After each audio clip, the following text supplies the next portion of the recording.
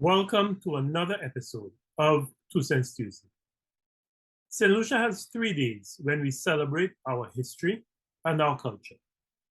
The longest standing of these is what we call National Day, which is observed on the 13th of December every year. This is supposedly the day when the Italian navigator, Christopher Columbus, whom our history books celebrate as one of the greatest explorers of all time, discovered St. Lucia.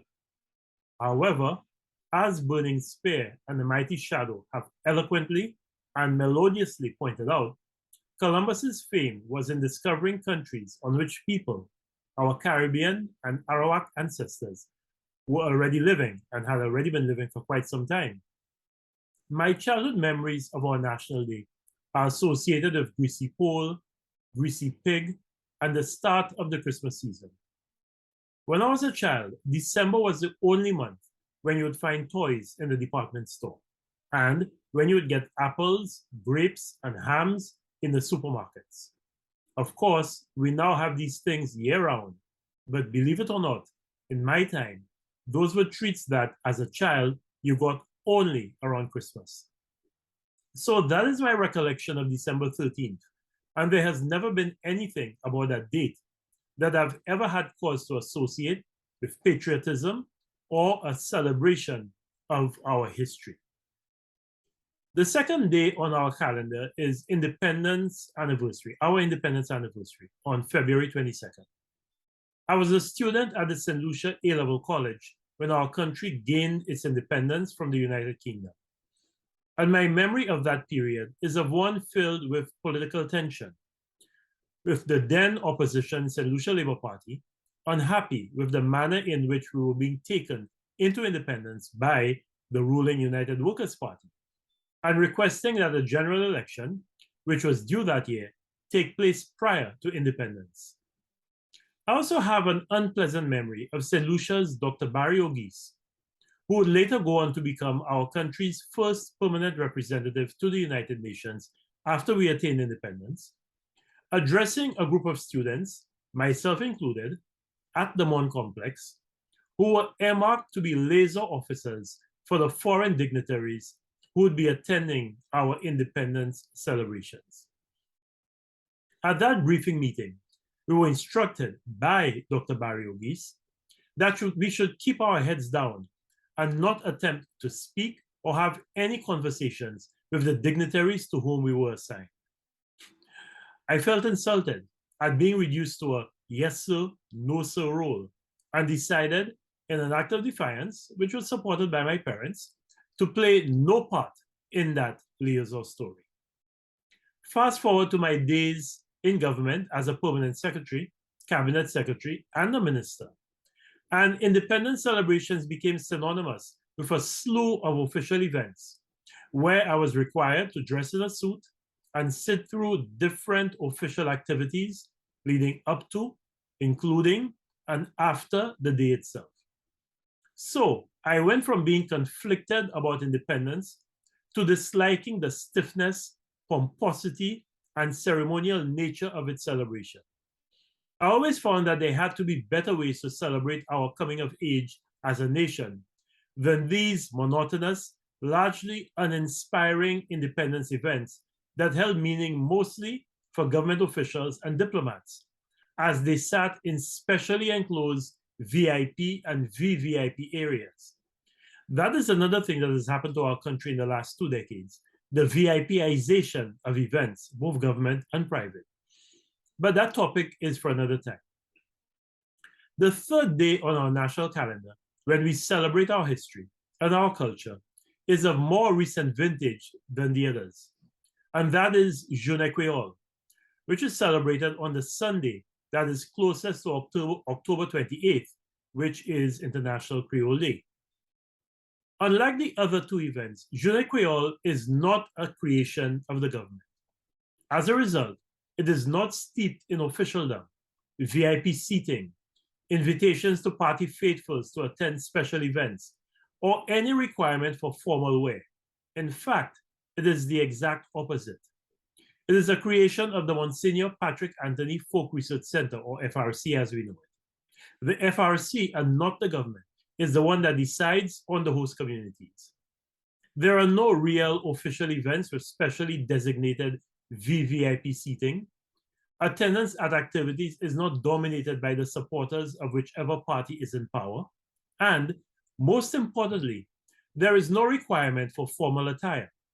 Instead, the attire worn by the people who participate, St. Lucians of all walks of life and political affiliation, is colorful, imaginative, creative, and perfectly suited for our climate. For me, Journée Creole represents me, my history, my culture, my people, and my country. Although each year there are specially designated host communities, Journée Creole has spontaneously evolved into an island-wide affair, celebrated in homes and communities in every nook and cranny of our country. The dedicated people at the Folk Research Center, people like Pavel, Embert, June, Boots, Fish, Hilary, Jomo, Kentry, Marilyn, most recently Raisa, and many others, too numerous to mention, who have caused this celebration of our culture to grow from humble beginnings to one of the most anticipated and meaningful dates on our calendar of events, deserve a collective national award. Journée Creole is a celebration of who we are, an island people, a mixture of ethnicities and cultures that was molded in a crucible that at various points has been heated by the flames of slavery, colonialism, and natural disasters, and who have emerged heterogeneous in our beliefs and thinking, but connected by our Creole culture and identity. That is what we celebrate during Journée Creole. Yes, there are complaints that there may be too much alcohol on offer during Journée Creole activities, but unfortunately, that is also now part of who we are.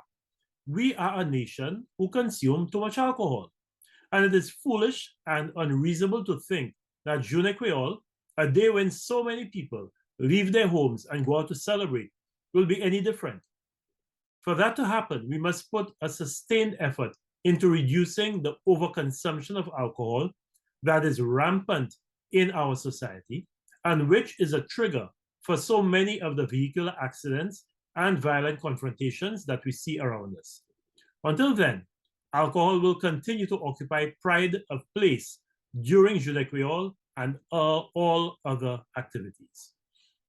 However, despite the complaints, the day remains a celebration of our tasty and varied cultural cuisine, our colorful and creative Creole attire, and the rich and interesting traditions and practices that help to define us as an island people. Journée Creole is my favorite day of celebration of things and people St. Lucia. Neither Independence Day nor National Day do it for me. This can change. However, for this to happen, first of all, there must be a de-emphasis of the stiff pomp and ceremony of independence anniversary activities, and a focus instead on a celebration of our achievements post-1979, regardless the political party that was in power when we achieved certain milestones. I do not know whether you have noticed it, but our Government Information Service, National Television Network, always develops selective amnesia to the events that took place when the opposition party was in power. That is the directive. It is an understood, seldom spoken policy, but it exists. The only exception is the actual independence event of 1979. Look closely and you will see that GIS, NTN, very seldom showcases national achievements or events that took place when the opposition held the reins of power. That is the norm, regardless the color of the party in power. Our celebration of independence, therefore, is always lopsided, made even worse by the reluctance of members of the opposition to attend official independence events when their party is not in power. When we can develop political maturity, then independence celebrations will be a celebration of all St. Lucia. Until then, they will remain an opportunity for the government and its high-ranking supporters to sit in VVIP and enjoy the spotlight being placed on them. This is why independence anniversary celebrations just do not excite me. National Day, on the other hand, must be reimagined and recast so that it holds significance for all of us. I've always felt that December 13th should be Heroes Day, when we celebrate the giants who helped to build this country, both pre and post-independence, and on whose shoulders we now stand. When I speak about heroes, I'm not speaking only of our two national heroes, Sir George F.L. Charles and Sir John G.M. Compton. I'm referring to the farmers, the fishers, the teachers, the nurses, the community workers, the doctors, the policemen and women, the firefighters, the taxi drivers, the civil servants, the micro, small, and large local business owners, the small corner shop owners, the vendors, and the many other community leaders whose blood, sweat, and tears made their community, their village, and our country what it is today.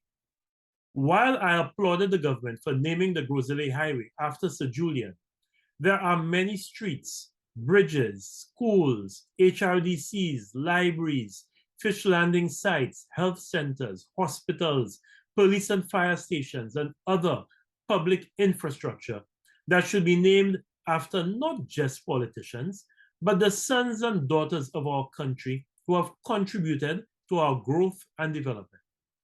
We should use December 13th every year to celebrate our illustrious sons and daughters and use the occasion to educate our children, our youth, our citizens, and any visitors who may be on island on that day and during that week about our real heroes. In fact, the week surrounding December 13th can be a National Community Development or National Community Awareness Week. Let us bring back the Le Plus Belle Village contest and announce the winner, as well as the winners of other community-based events during the week of December 13th, such as Best Mothers and Fathers Group, Best Service Organization, Best Community-Based Club, Most Active Volunteer Organization, and Most Effective or Best Organized District Disaster Management Committee. That would be a great way to start the Christmas season. Maybe this is something that the Folk Research Center and the National Trust can spearhead with the engagement and support of other civil society organizations. Let's make it a civil society organization-led initiative. That way, we can avoid it becoming another activity steeped in official pomp and ceremony, but largely disconnected from the masses of the people it is supposed to recognize and celebrate. Thank you, as always, for viewing another 2 Cents Tuesday.